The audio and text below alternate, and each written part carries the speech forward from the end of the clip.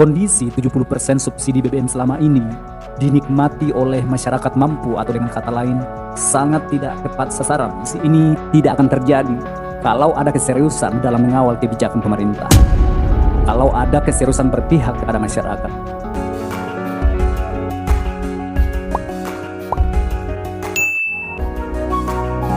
Kenaikan harga BBM merupakan kabar yang tidak menyenangkan.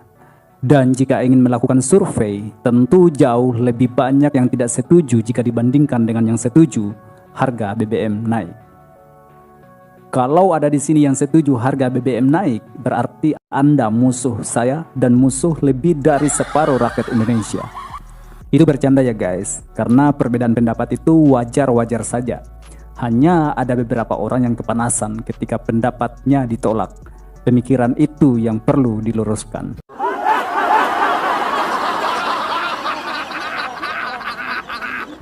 Dan memang benar kenaikan harga BBM ini sangat-sangat menyakitkan. Lalu apakah pemerintah tidak punya hati? Tidak punya akal sehat? Apakah pemerintah gagal total? Seperti itu orasi para pendemo di luar sana.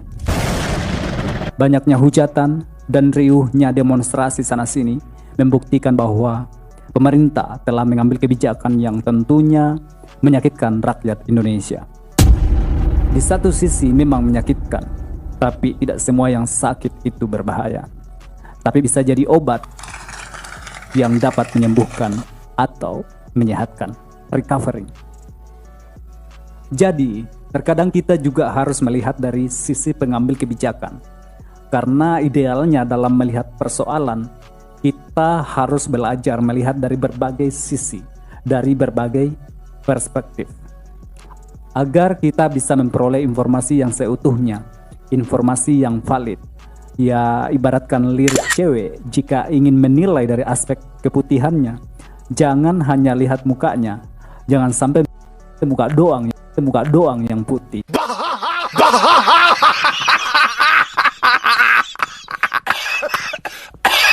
Jadi intinya bahwa pemerintah pasti punya alasan yang mendasar sehingga harga BBM harus naik, sekalipun itu pasti tidak menyenangkan masyarakat. Dan mungkin banyak yang sudah mendengar dari berbagai media, baik dari para menteri maupun langsung dari Pak Presiden, alasan kenaikan harga BBM tersebut. Dan salah satu alasannya adalah jumlah subsidi yang disediakan oleh Anggaran Pendapatan dan Belanja Negara (APBN) telah mencapai 3 kali lipat dari tahun-tahun sebelumnya. Jadi bayangkan nih guys, jumlah subsidi ke rakyat itu sudah semakin dan semakin banyak. Ya, sampai kapan kita bisa mandiri tanpa subsidi ya guys? Capek ya menjadi warga plus 62. Mau pindah ke warga negaraan tapi bisanya hanya bahasa Indonesia. Sebenarnya kita juga bisa sejajar dengan negara maju. Kita punya sumber daya alam yang melimpah, punya SDM yang berkualitas. Tapi kok sampai hari ini harapan itu belum terwujud? Mungkin karena banyak koruptor? Ya, entahlah. Kembali lagi ke pemerintah. Kok kembali lagi ke pemerintah ya? Pusing kan? Jangan pusing, karena pemerintah memang digaji untuk itu. Digaji untuk menyelesaikan persoalan-persoalan di negeri kita yang tercinta ini. Jadi apakah mereka yang melakukan demonstrasi itu salah? Tentunya tidak. Demonstrasi adalah yang pertama bagian dari demokrasi, bebas menyampaikan pendapat, dan itu dijamin oleh Undang-Undang Republik Indonesia pasal 28E ayat 3 yang berbunyi bahwa setiap orang berhak atas kebebasan berserikat, berkumpul, dan mengeluarkan pendapat. Yang kedua, memberikan sinyal, memberikan warning ke pemerintah agar selalu berhati-hati dalam mengambil kebijakan-kebijakan. Karena jika tidak demikian itu bisa fatal dan menimbulkan gejolak di masyarakat.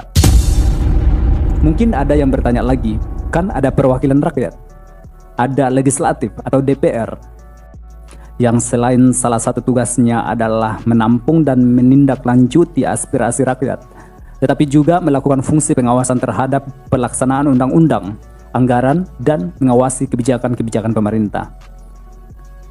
Mereka di mana? Sebenarnya mereka tidak kemana-mana, mereka ada, tapi ada beberapa kemungkinan. Yang pertama, mereka ada dan mereka memang bekerja, tapi mereka bekerja untuk diri sendiri dan kepentingan partai. Mereka cenderung lebih pro ke kepentingan partai daripada mendengarkan aspirasi rakyat.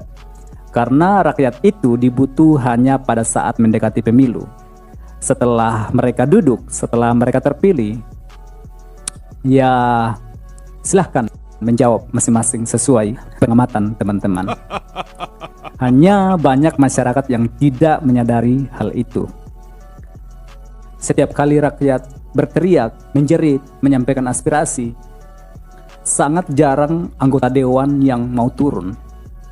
Ya, tidak perlu memberi jalan keluar kalau memang tidak sanggup, tapi paling tidak datang mendengarkan dan memberikan informasi ataupun pemahaman-pemahaman terkait permasalahan yang terjadi di masyarakat. Yang kedua, mereka ada tapi mereka tidak bekerja.